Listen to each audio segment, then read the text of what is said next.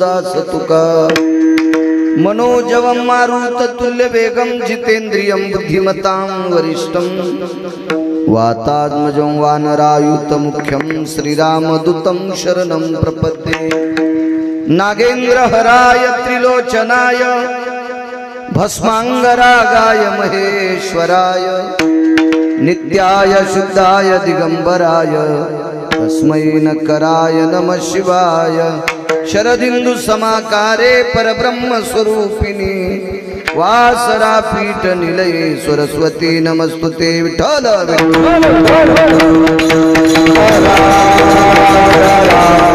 आता वैवासित पावनाती भासती पंचानन समाना तया श्रोत्याची आचरणी जाना साष्टांग नमन करीतसु वाद्यभूषित पावन ती प्रत्यक्षामरेंद्रा समान तयाची आचरणी जान साष्टांग नमन करीतसु आता गान गंधर्व देवता कोकिळ कंठस्वर आराका जी कीर्तनी वहिवासीत लोका तयाची आचरणी नमनगा मज दिसत सो परम विख्यातू जो जान ब्रह्म याचा सुतू नारद जान नाम तितिक्षु तयाची आचरणी नमनगा जेने धर्म जितविलाची बळी तो संभाजी जान नवाळी कावतरला जयाची आकुळी तया छत्रपतीची आचरण कमळी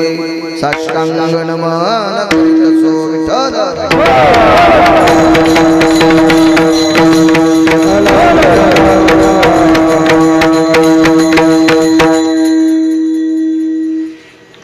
आता भिनो वाग्विलासिनी जे चातुर्यार्थ कला कामिनी ते श्री शारदा विश्वमोहिनी नमीले मिया नदी दिव्य गोदा तटीचा विलासी सदा प्रिय जो सज्जना वैष्णवाशी जया वर्णिता प्रेम अत्यंत चित्ता नमस्कार माझा श्री गुरु एकनाथा विठ्ठल विठ्ठल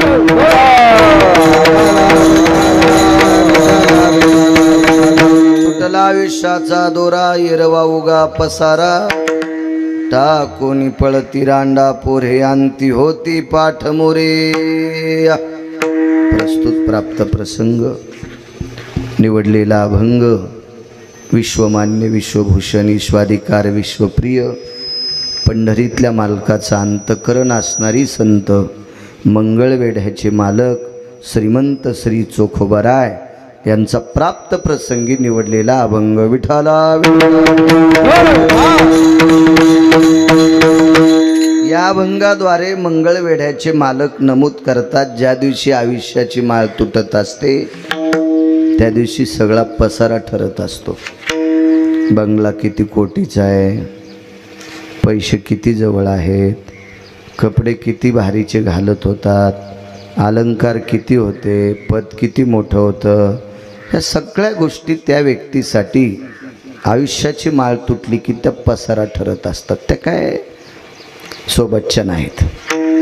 या जीवनामध्ये दोनच गोष्टी पसारा ठरत नाहीत, एक पंढरीतल्या मालकाचं केलेलं भजन आणि आपण केलेली चांगली कामं, ही दोन सोडून दिले तर बाकी सगळ्या जीवनातल्या गोष्टी पसारा ठरतात। हिरवा उगा पसारा पसारा, हिरवा उगा पसारा पसारा, हिरवा उगा पसारा पसारा, हिरवा उगा पसारा तुका माने तुझी खरा, हिरवा उगा पसारा, हिरवा उगा पसारा, हिरवा उगा पसारा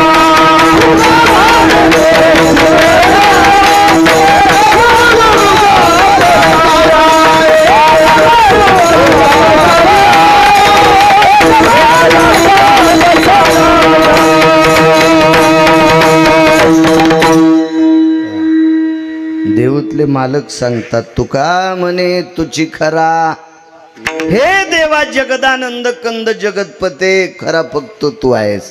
आणि त्या मालकाला सोडून दिलं तर येर वावगा पसारा. एक आमचं पाहुणं नालायक होतं, भडव होता, हरामखोर.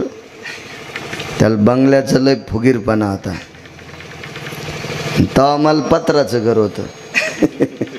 ते मला कधी म्हणायचं, बाळू महाराज पावसात तुम्हाला झोप येत नसेल. म्हणलं काय पत्र का अंगावर पडत येत का? नाही म्हणे दडदड दडदड वाजत असतील ना.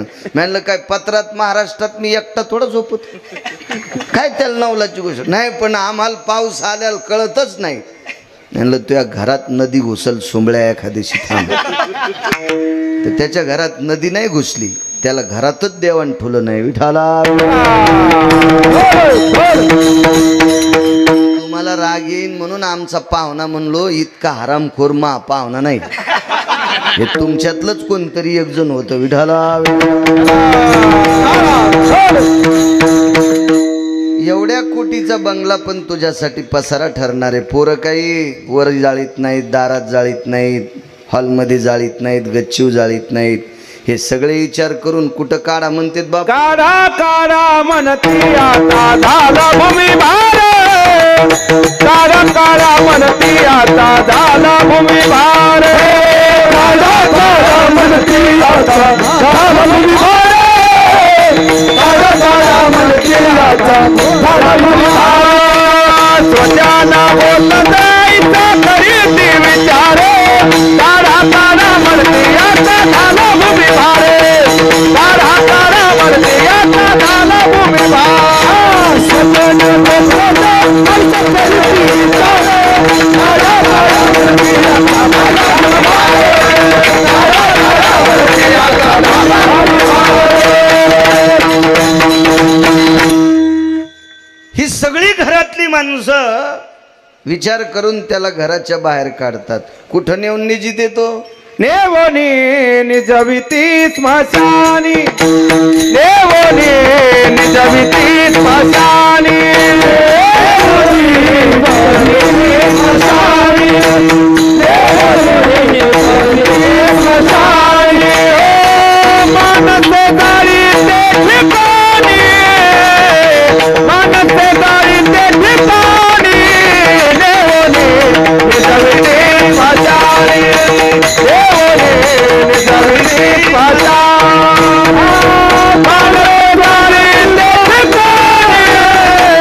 मानस गाडी ते ठिकाणी.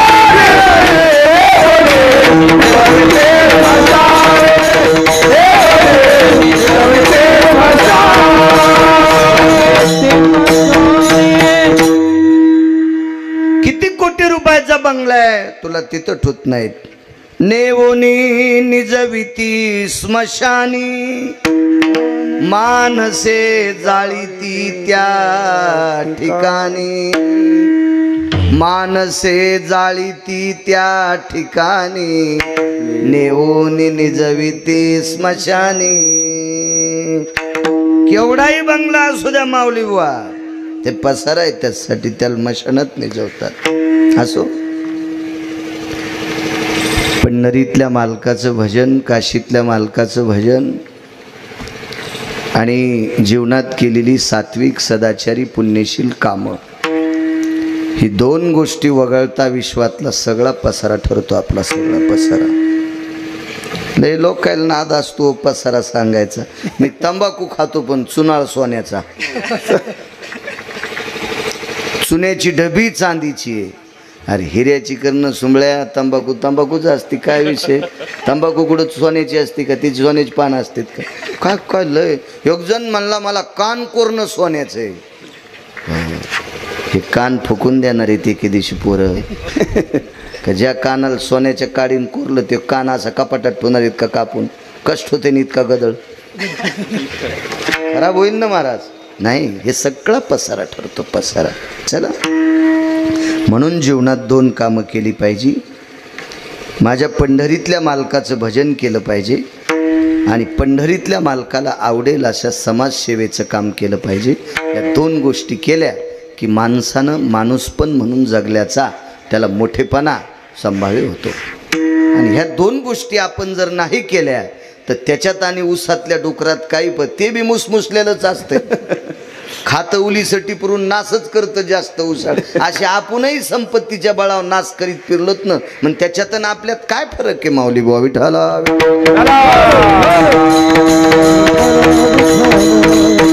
चला, आयुष्याची माळ किती मोठ्या माणसाची तुटती तुमच्या पुढे मांडतो, आशीर्वाद द्या.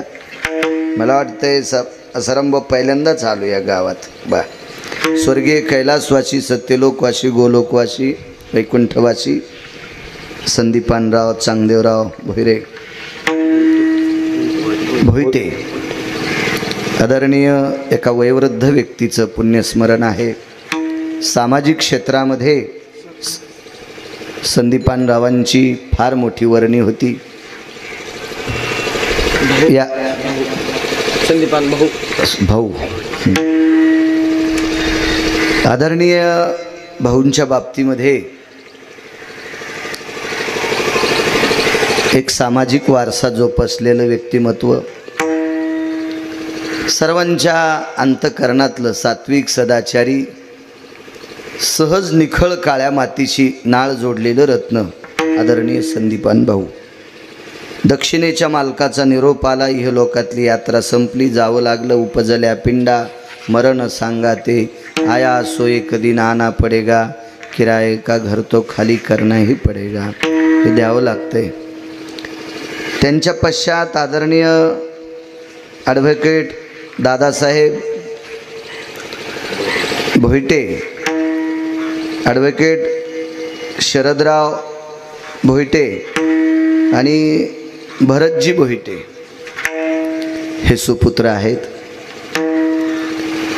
या छोट्या खानी खेड्यामध्ये ज्यांचा जन्म झाला, वास झाला, सर्वसामान्यांच्या अंतःकरणामध्ये अंतःकरण ठेवून आपलं जीवन कडेला नेलं आणि प्रापंचिक जीवनात आपल्या अपत्यांना गोड प्रकारचं शिक्षण देऊन बऱ्यापैकी वकील साहेब पुण्यासारख्या ठिकाणी आपलं साम्राज्य तिथं निर्माण करतात. हो, आदरणीय संदीपान भाऊंचा आशीर्वाद आहे. बापू, मी श्राद्धाच्या कीर्तनात प्रत्येक वेळेस वक्ते बाबांचा तो पुरावा सांगत असतो की माणूस हा वकील साहेब शैक्षणिक क्षेत्रात, व्यापार क्षेत्रात, वैद्यकीय क्षेत्रात, परमार्थिक क्षेत्रात, राजकीय क्षेत्रात जर मोठा व्हायचा असेल तर आपल्या बुजुर्गांचा आशीर्वाद लागतो. शिक्षण घेणं, अभ्यास करणं हे तर कर्तव्य आहे, त्याबद्दल विषय नाही. शेतकऱ्याने पेरत जावं, शेतकऱ्यानं दुसऱ्याच्या जनावरांना आपली मका खाऊ नये म्हणून कुंपण करत जावं, पण त्या मकेला किती कंस लावायचेत का कंस लागायच्या टायमाला पाऊस बंद करायचा आहे, हे ज्याच्या हातात आहे त्याला जगाचा बाप म्हणतात. आणि ह्या सगळ्या गोष्टी जशा आहेत तसं आशीर्वादाची ताकद, पावसाची ताकद पिकाला वाढवते आणि आपल्या पूर्वजांच्या आशीर्वादाची ताकद आपल्याला मोठं करत असते. म्हणून आदरणीय स्वर्गीय संदीपान भाऊंचा तुम्हाला आशीर्वाद. मला म्हणायचे वक्ते बाबा, तुका माने पितृ आशीर्वाद देती, तुका माने पितृ आशीर्वाद देती, तुका माने पितृ आशीर्वाद देती, तुका माने पितृ आशीर्वाद देती. कल्याण इच्छिते तया पोळा, कल्याण इच्छिते तया पोळा. स्वर्गीचे पूर्वज पाहताची वाट, स्वर्गीचे पूर्वज पाहताची वाट.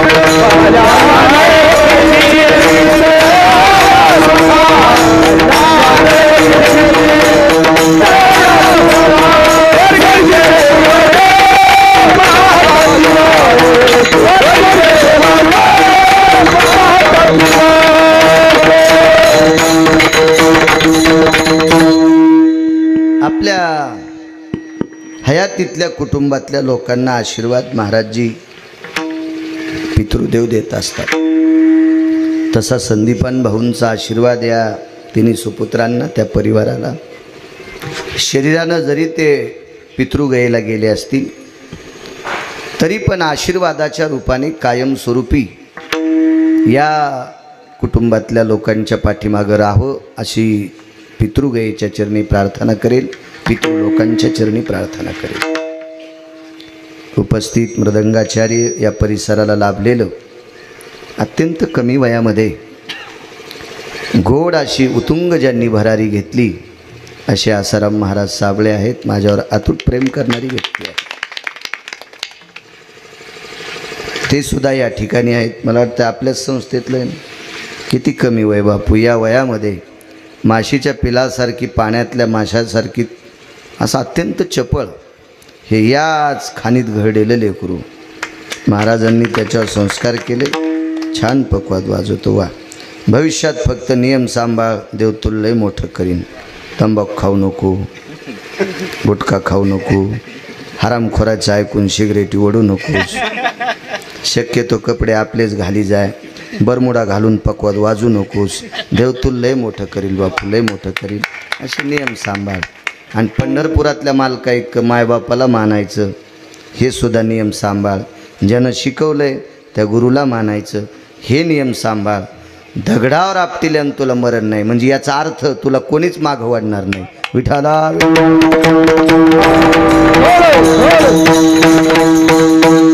गायन क्षेत्रातली या परिसरातली अत्यंत बुलंद तोप वयोवृद्ध तपोवृद्ध आदरणीय गुरुजी आहेत.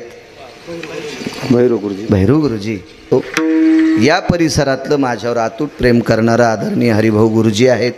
सतत कधी पण एखाद्या वेळेस फोन करतात, भेटले आदरानं नमस्कार रामराम करतात, घरी घालतात. गुरुजींना सुद्धा प्रणाम. विनेकरी बाबा असतील, या बाजूची सर्व गुणीजन मंडळी, हरिभक्तीपरायण आदरणीय अनिल महाराज आहेत, आदरणीय ज्ञानेश्वर महाराज आहेत. आदरणीय बापूंच्या बाबतीत काय सांगायचं, त्यांना प्रमाण लय पाठ, खूप पाठांतर. आणि नारायण बाबांचा आशीर्वाद आहे त्यांना, गोड, खूप प्रमाण पाठ.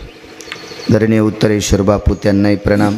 आजच्या या तारखेसाठी अत्यंत तळमळ माऊली महाराजांची, इतकी तळमळ. आता घुले महाराजांना सांगितलं, बापूंना सांगितलं, तरी पण बाळू महाराजाला बोलावंच. इतकी तळमळ. आदरणीय आमचे माऊली महाराज, त्यांनाही प्रणाम. आमची फार जुनी ओळख, आमचे कोकाटे महाराज, बिभीषण महाराज, इंगळे दादासोबत ते चाली वगैरे म्हणायचे दादांच्या ढंगात अत्यंत. आमच्या कोकाटे महाराजांना सुद्धा प्रणाम. साऊंड सिस्टीमवाले तुम्ही पण गोड आहात. आभाळ आलं तरी तुम्हाला सर्दी नाही झाली, नाही तर लय साऊंड सिस्टीमवाल्याला पुण्यात आभाळ आल्यावर ते इकडं कुरकुर करीत आहे. पण बरं आहे तुमचं. विठाला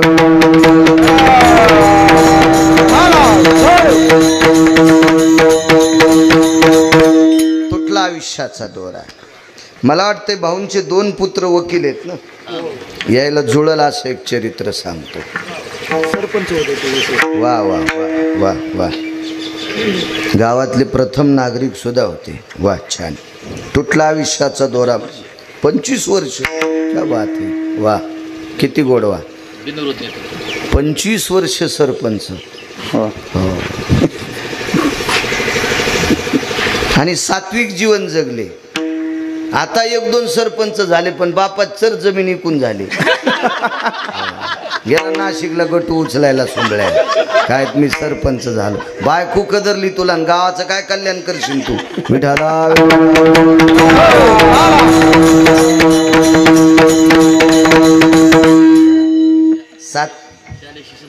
वा.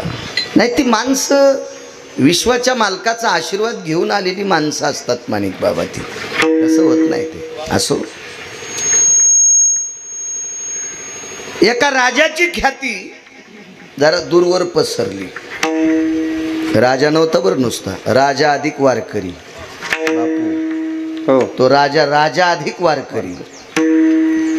राजे खूप असतील, पण राजाधिक वारकरी अशी विरळी लोक सापडतील. विरळी सापडतील. तो राजाही आहे आणि वारकरी सुद्धा आहे. आता राजाच्या विरोधात नसतंय कोणी जाऊ शकत, नुसते माईकवर याच्यावर त्याच्यावर बोलत असते. पदावरल्या लोकांना सरळ विरोध करता येत नसतो ना, कारण त्याच्या हातात ताकद असतील ती. कारण ते सत्ताशी कोण करी आवेर.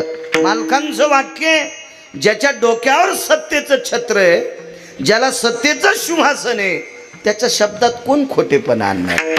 ते नुसते राजा नाही, वारकरी आहेत. आणि वारकरी असल्यामुळे बऱ्यापैकी काही लोकांच्या अंतःकरणात असं त्यांची ख्याती. मग अधिवेशनात प्रस्ताव मांडला, ह्या हिवाळी उन्हाळी पावसाळी नाही, हा खालच्या अधिवेशनात नाही, हा इथं तो खुर्च्या मोडूस तर येकून एकाल भांडायले, इथं कशाला ते बहीण अधिवेशनात. ते टी व्हीवर पाहतो आपण लोकांच्या बैठकीत बसतो, मला कशाची टी आली, मोबाईल नाही टी व्ही नाही. कोणाच्या बैठकीत लवकर गेल्यावर बघायला भेटते त्याचे ते भांडणं, बुक्या आदळलेल्या, ते टेबल आपटिलेले, फायली फेकलेल्या. किती सुशिक्षित लोक, त्यांना सोबतेत का अशा गोष्टी करायला? विठाला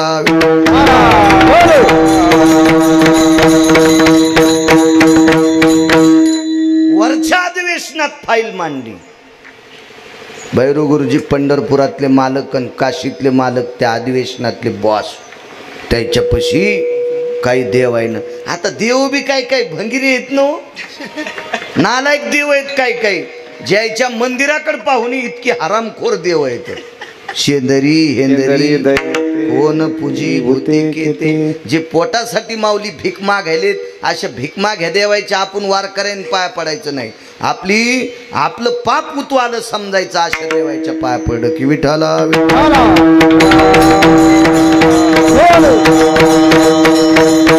माझ्या ज्ञानोबाराय तुकोबारायांनी सांगितलेल्या देवांच्या पाया पडायचं, कोणा नाही देवाच्या पाया पडायचं. हो नाही, पाऊस येणार आता, त्याच्या घरात कीर्तन आहे ना. कीर्तन हिवाळ्यात उन्हाळ्यात नाही, पावसाळ्यात. आपण त्याच्यावर कशाला रुसायचं? एक जणाचं घर किरायान केलं आणि यान खिळे ठोकले भेतील, ते म्हणला खाली करा. त्याचं घर होतं ते, आता पावसाळ्यात त्याचंच घर आहे. विठाला बघू, जवरक करू देईल तवरक पाहू. ख्याती पसरली, प्रस्ताव मान्य केला आणि 2 देव परीक्षा घेण्यासाठी पाठवले. त्याच्यापैकी एक देव कबूतर झाला आणि एक देव बहिर ससाना झाला. भाऊंचे 2 पुत्र वकील आहे, त्याच्यावर बोलतोय. ती मशीन झाका बोजारशी. आणि मग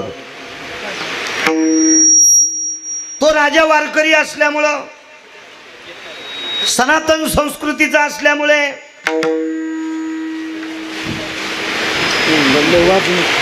वैदिक संस्कृतीचा असल्यामुळे, या भागवत संप्रदायाचा असल्यामुळे तो सकाळी पूजा करत होता. सकाळी तुळशीला पाणी घातलं, ग्रंथ संपदा पुढे मांडली, आपली साधना केली. राजे हो, या देशाचा राष्ट्रपती APJ अब्दुल कलाम जातीनं मुसलमान होते, तरी पण गीता वाचवायचे. विठाला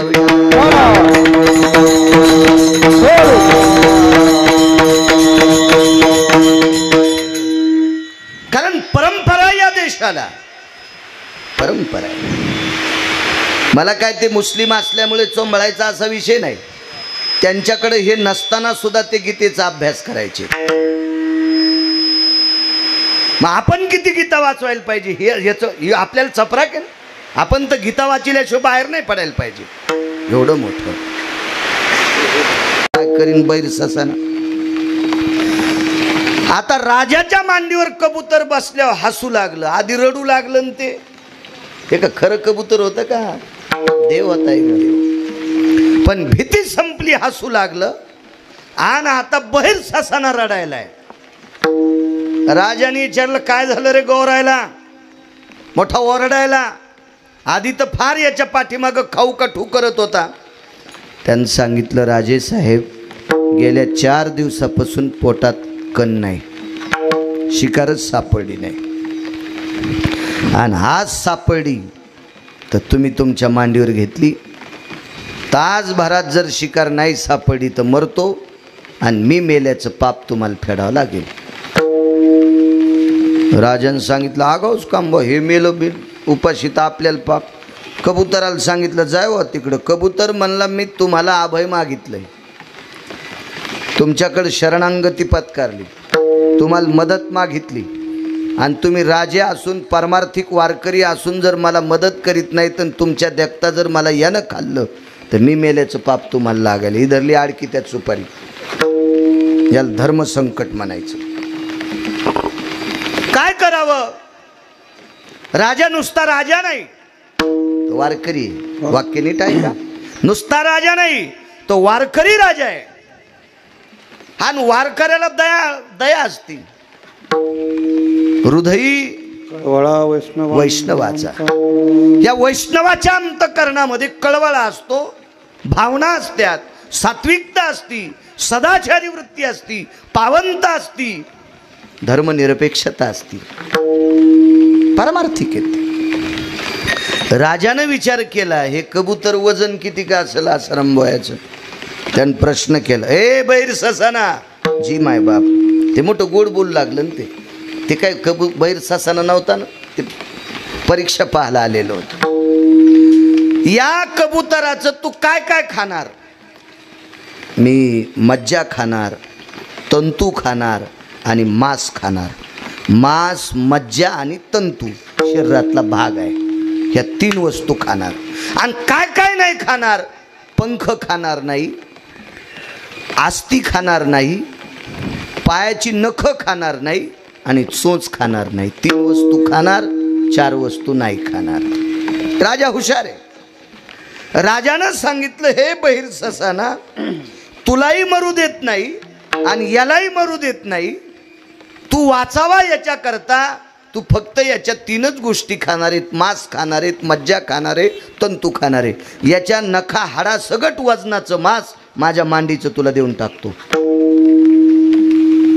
तलवार अशी मांडीला लावली, मोठा खोंगा भरून घेतला, मांडीचं मांस तुटला. आयुष्याचा दोरा सांगतो.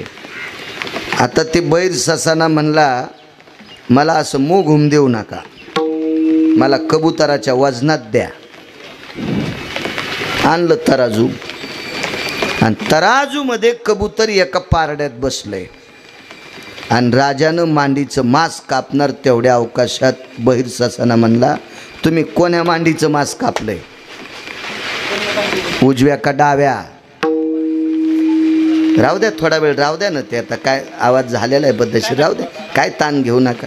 धकून घ्यायचं असतंय. अहो सरपणच भिजल्यावर पिठलं भाकरीवर धकून घ्यायचं. हो, चुलीत पाणी घुसलं, येटगळ नवरा म्हणला भजे तळ हाणायला पाहिजे त्याला. विठाला विठाला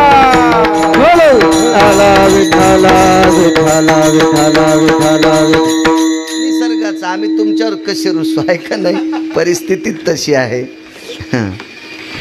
बरं, ते लाखो रुपयाची वस्तू आहे बापू, त्याच्यात पाणी घुसल्यावर लय लांब पाणी जातंय. विठाला विठाला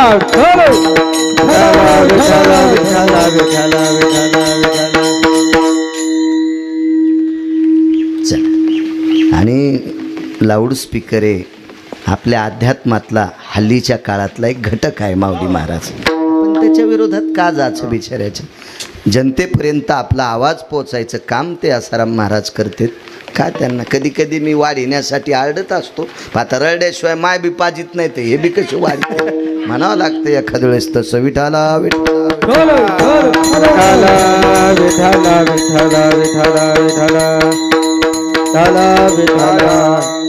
आता छत्रीचं असं झालं, मी वारीत जात असतो. ज्ञानोबराय तुकोबरायाच्या सोहळ्यात तंबूपशी फक्त पकवाद्याला छत्री असती, कीर्तनकाराला नसती.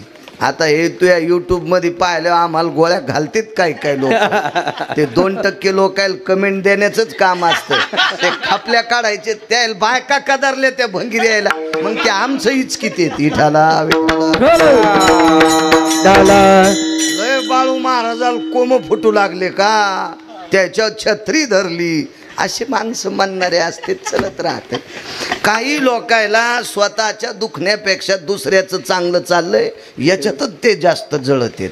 हो, असं चलत राहते. आता काय धरली, मी काय धरा नाही म्हणलं, तुम्ही धरली. आता आता कोणाला नको वाटतं का? अहो चोंबळल्यावर मसड उभी राहती. मी तर माणूस आहे ना. विठाला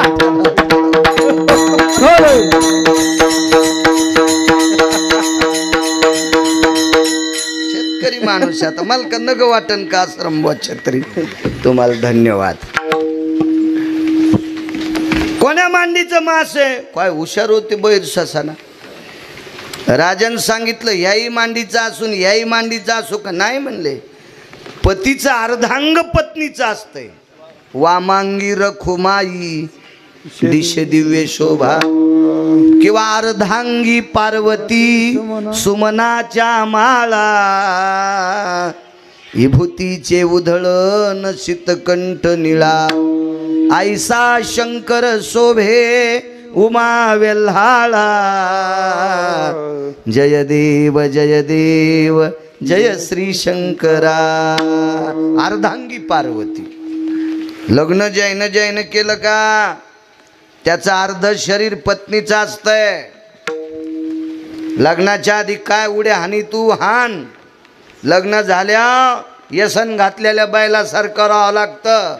लग्न झाल्यावर जर व्यसन तोडून फिरत असेल तर कठाळ्याच्या बी यादीत नाही आणि बैलाच्या बी यादीत नाही. मग यम रट्टे हानीत असतो सोंबळ्या. हिशोबात राहिलं पाहिजे. विठाला विठाला.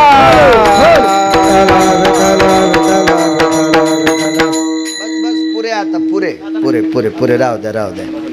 हो ना, बाजारातून गुळ आणूस तर माणसं जेवायलेत, आता कशाला ताण घेता. ठीक आहे म्हणले.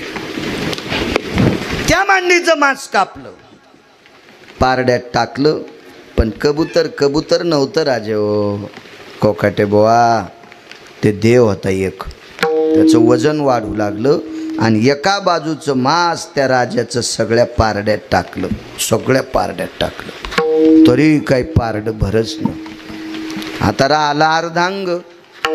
राजा हुशार आहे, सात्विक आहे, सदाचारी आहे, पुण्यशील आहे, पावन आहे. बायको काय दटवायसाठीच करीत नसते. लालनात पालयन्ते भार्या. प्रापंचिक जीवनातला धर्मसिद्धांत सांगितला, लालनात पालयन्ते भार्या. पत्नीचं पालन करणं हे पुरुषार्थाचं लक्षण आहे. हा हा हा हा हा पिसाळ्या कोत्र्यासारखा टाक आंघोळील पाणी, वाढ जेवायला, कुठे आहेत कपडे, झाली की इस्त्री, इथं कस काय डाग पडला, कर्ण भजे. किराणा आणला सोंबळ्या. ती सातारबाईचं रान खुरपायली, तुला जीव घालायला, तुला रुमण्यान हाणायला पाहिजे आणि तरी तू तुला दटी तुतील. कशा हसत त्या बाया पान. त्याच्याकडून बोलल्यावर खुश होत्यात, त्या खुश होत्यात. पण तुम्हाला बी सांगतो, महादेवाला बेल वाहण्यापेक्षा पांडुरंगाला मंजुळा वाहण्यापेक्षा नवऱ्याच पाय पडत जा. हो, उजळलं की महादेवाला पाणी घालायला त्याला सर्दी होईन, मंदिर कोरडं होऊ दे ना. आणि पांडुरंगाला तुळशी वाहले, एका बाईस तुळशीला मंजुळा ठेवलं नाही. शेळी आहेस का काय तू? हा, विचारून आणि जाय मंजुळा. मनानच ती बाई उठायच्या आधीच मंजुळा वरबळड्या शेळीसारख्या. हा, आणि मालकाच्या पाया पडत नाही. ही बाई ज्या भागात आहे त्या भागात दुष्काळ पडतो. गळ्यात शपथ कुठं नाही. जी बाई नवऱ्याला मोजीत नाही का त्या बाईस तोंड पाहिलं म्हणजे गाय कापले इतकं पाप लागतंय. गौ हत्या समम पाप हा नैवम गिरगाव करली खितम. हे काय मिळाले विठाला विठाला.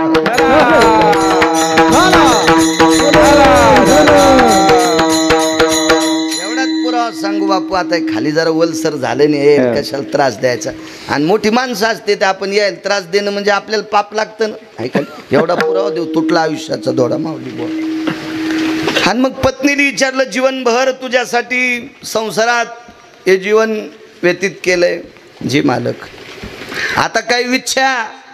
महाराज ती सात्विक राजाची बायको होती, एका निष्ठावंत वारकरी राजाची पत्नी होती. इच्छा कल्पना वासना सगळ्या जळून गेल्या म्हणे. आता काय नाही राहिलं. मग हे शरीर या तराजूत टेकू का? टेका म्हणले. अख्खं शरीर त्याच्यात टेकलं. मला सांगायचं एक होतं, तो राजा, त्या राजाला कंसात एक शब्द लागला, न्यायी शिबिराजा. न्यायी शिबिराजा. ते वकील साहेब नैवेद्यासाठी तिकडे गेले असतील.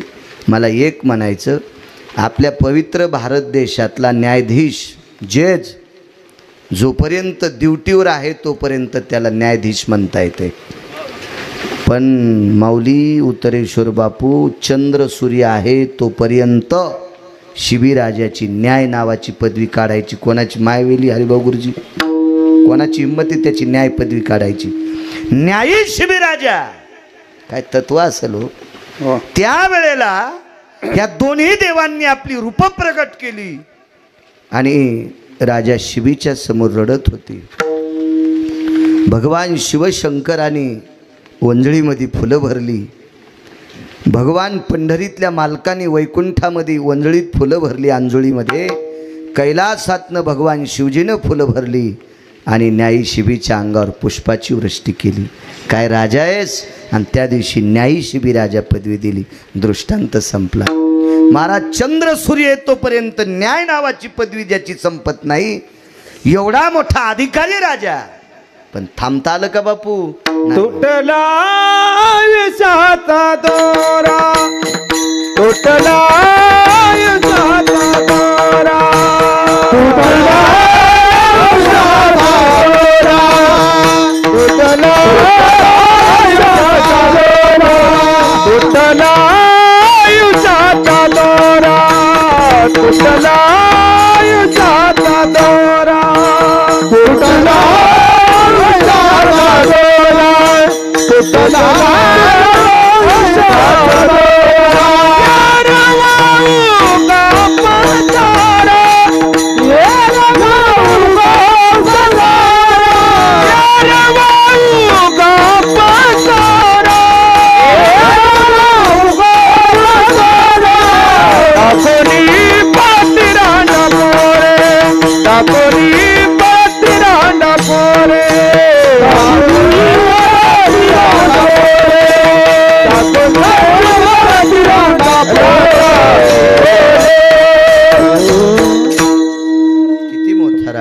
शिबी राजा. त्याही राजाला नाही थांबता आलं. स्वर्गीय संदीपान भाऊंना जावं लागलं. हे या कुटुंबातल्या लोकांना निमूटपणे मान्य करणं. केवढा राजा, केवढा राजा. काय त्याच्या व्याप्तीचं वजन करता येईल आपल्याला? काय त्याच्या सात्विक विवेकाचा जो प्रभाव आहे, जी कांती आहे, जे तेज आहे, सूर्याच्या प्रकाशाला लाजवील एवढी प्रतिभा त्याची घोड आहे. पण त्याही राजाला वेळ संपल्याच्या नंतर या मृत्यू लोकात थांबता येत नाही. तिथं तुमची आमची काय कथा आहे? तुटला आयुष्याचा दोरा. काही काही लोकांची दखल पंढरीतला मालक घेतो. माझ्या पवित्र महाराष्ट्राच्या मातीतल्या काही मावल्या असतील, काही पुरुष असतील, यांची दखल पंढरीतला मालक घेतो. महाराज पंढरीतला मालक मोठा किती आहे हे सांगता येईल का कोणाला? नाही सांगू शकत आपण, नाही सांगू शकत. देखवी ऐकवी एक नारायण. तुम्ही माझ्याकडे बघता, मी तुमच्याकडे बघतो, मी बोललेलो तुम्ही ऐकता, तुमचे हावभाव मला चेहऱ्यावरून कळतेत. ह्या दोघांच्या मधातली दळणवळण क्रिया चालू ठेवायचं काम ज्याच्या हातात आहे त्याला पंढरीतला मालक म्हणतात. ज्या दिवशी त्याची कृपा संपते त्या दिवशी भाऊसारखं फोटोत बसावं लागतंय. सोपा, कळेल, रुचेल, पचेल या शब्दात सांगतो. मला जास्त अडचणीत हात घाला वाटत नाही, इचू निघत असते. मला काय, मी 2-4 घंटे कीर्तन नुसतं संस्कृत. ये भाषा सर्वस्थितो यो मृत्युसारा यस्ततेवच काला स्थित संपन्नेह मशानशति जायते नाम यत कलत्रायम इष्ट सगोत्रेषु भयजाया भगिनी सभ्रताशो सर्वं भार्यायतं यलं पटेना सुतेषु जायति कन्या यस्सर्वान् ग्रहेषु यद्गेहं वैश्यान्नर नाम्ने भडाग्नि अग्नियायां यत् मत्कुंभां चरणायं विलज्जायते सर्वः यतं कायां रक्षायां गंगोदकं समर्पयामी. काय कळालं याच्यातलं तुम्हाला? हा, आणि मी काय शिव्या दिल्यात का तुम्हाला?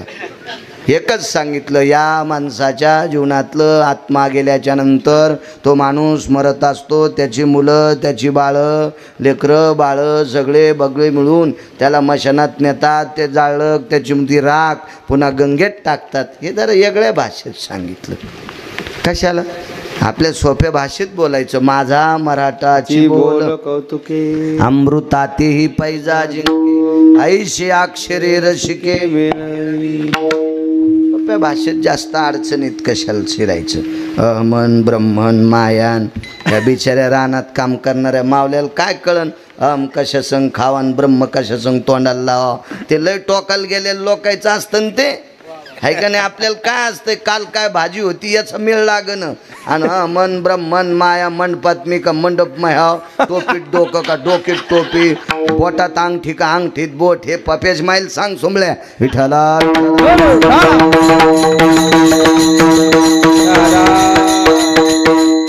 एवढ्या टोकाच्या ज्ञानाला वाईट म्हणणार नाही, पण ते पचलं पाहिजे ना लोकांना. म्हणून ज्ञानोबारायांनी सोपवर्म सांगितलं, रामकृष्ण नामे हे दोन्ही साजिरी, हृदय मंदिरी स्मराकारे. ज्ञानाचे सागर होते महाराज ते, त्याला काय सांगता येत नव्हतं हरिभाऊ गुरुजी. पण या कालामध्ये कलियुगामध्ये अत्यंत सोपं भक्तीचं साधन सांगितलं. सोपेवर मामा सांगितले दिंडी हाती घेऊन नाचा, दिंडी हाती घेऊन नाचा, दिंडी हाती घेऊन नाचा. सोपेवर मामा सांगितले दिंडी हाती घेऊन नाचा,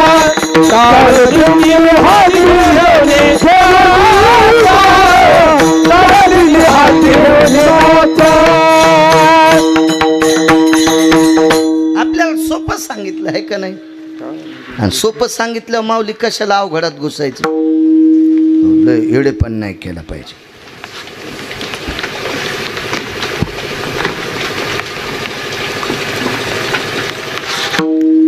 एका घरी पाहुणा आला बापू, तुटला आयुष्याचा दोरा सांगतो आणि मग भाऊंवर आपण फुलं टाकू. उदाहरण क्रमांक 2. पाहुणा आला एक, तो पाहुणा त्या घरातल्या सुनबाईचा भाऊ होता. पाहुणा तसा श्रीमंत घरचा होता. किती श्रीमंत घरचा. त्या पाहुण्यानं त्याच्या बहिणीच्या लग्नात 5.5 क्विंटल सोन्याचा पलंग द्यालता. मला नाही सापडा असा भंगिऱ्या पाहुणा. काय पाहुणा असन त्यो, ह्याचे भंगिरीत सगळे. तात्विक सदाचारी पुण्यशील पाहुणा, ज्यानं बहिणीच्या लग्नात 5.5 क्विंटल सोन्याचा पलंग सप्रेम भेट द्याला.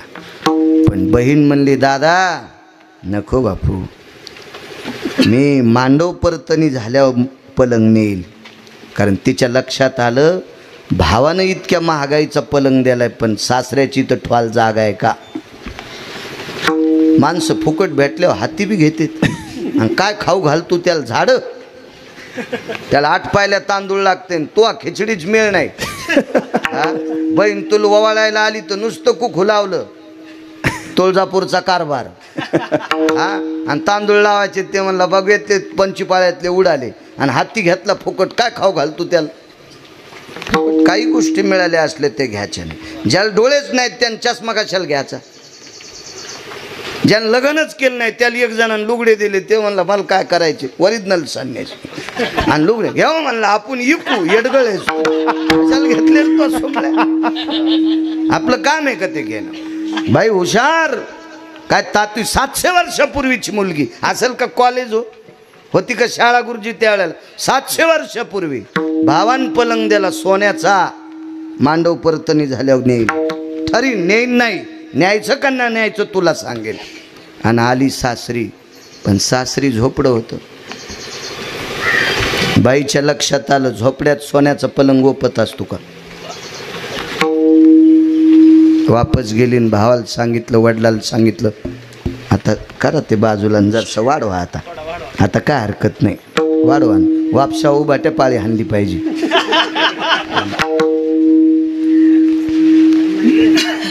आणि मग बस बस दादा बस. दादा नको बापा पलंग, मला नकोय. नाजूक परिस्थिती. आणि तेवढा मोठा श्रीमंत भाऊ आज बहिणीच्या घरी आलाय. जेवायला काय कण्या आंबाड्या घोगऱ्या असतील, भाजी भाकरी भावानं खाल्ली. 7, 7:30, 8, 9 वाजेपर्यंत, 9, 9:30 पर्यंत त्या घरात भजन झालं.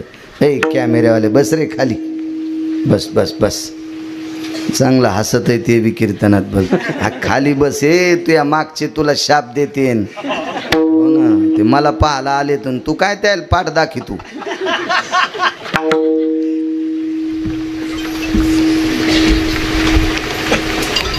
भजन झालं बापू आणि भजन आटपल्याच्या नंतर त्या भावाची बहीण आपल्या मालकाला म्हणाली मालक धनी नवऱ्याला धनी म्हणणार बाई एक तुमच्या गावात हातवरी करा बरं तिच्या चपलात मंदिर बांधितो मी नाही म्हणणार कारण तुमच्या जिबील वेल्डिंग झाली तुम्ही नवऱ्याला नाही धनी म्हणायच्या लय आगाव पण महाराजाला काजू टाकून दूध पाजीन पण मालकाला टायमाला चहा द्यायची नाही हे कोण शिकिले तुम्हाला काय शिकिले सोंग ऐका गिरगावच्या बाळ्याचं जी बाई दिवसात नवऱ्याच्या एकदा पाया पडते तिला भारतातल्या कोण्यात महाराजाच्या पाया पडायची गरज आणि जी दिवसात नवऱ्याच्या तीनदा पाया पडते तिला जगातल्या कोण्याच देवाच्या पाया पडायची गरज नाही गांजा उडून आलो का मी मला विचारणार नाही का कोणी यान जर यूट्यूबला टाकीलच नाही का मग धोतर फाटूस तर हाणायचा एखादा माणूस